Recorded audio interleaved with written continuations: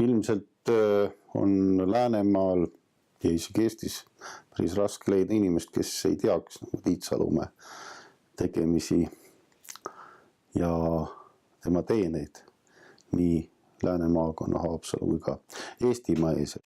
Tiit Salumäe on alates 1992. aastast Lääne praostkonna praost. Tegelikult on täiesti imetlusväärne, et kui palju üks tavaline inimene jõuab elus ära teha. Esiteks, et väga suur kogudus, palju kirikuid. Teiseks on Tiit Salumäe kaasatud väga paljudesse erinevatesse komisjonidesse nii esimehena kui komisjonide liikmetena. Ta on tegevuses muinsuskaitsega, ta tegeleb noortega, ta on Läänemaa abikassa liige ja üks loojaid ja moodustaja ja nii edasi, et seda nimekirja võib pikalt täiendada ja lõppu sellel ei ole.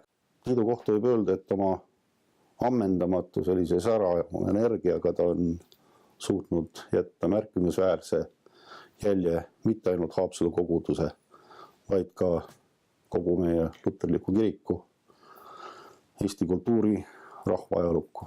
Kes siis ka mitte tema? Inimene, kes on peaaegu 40 aastat pühendanud ennast rahva teenimisele. Sest olles kiriku teenes, oled ka rahva teenes.